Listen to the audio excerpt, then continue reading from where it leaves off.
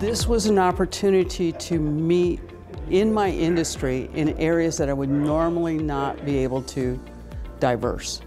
And so I met a lot of people that have similarities and that I can be helpful to and in the future and help them navigate with the specialties that I have. So this was what was very unique about it. I wasn't aware of how much I could assist in a very similar group, aerospace and aviation. They're married together. I'm like the sister, and how can I help them? And so I was able to show them my expertise and what I had to offer. And I wouldn't be able to do that networking without this event.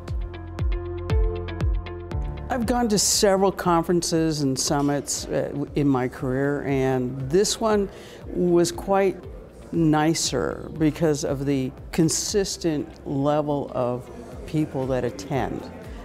You don't normally see this level in a very tight-knit group that are very open and willing to learn.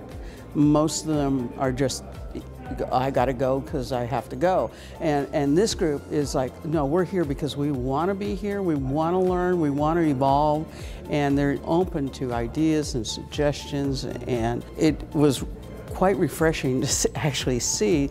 It was really nice, it's intimate enough where everybody is able to meet and mentor and socialize and learn something, including myself.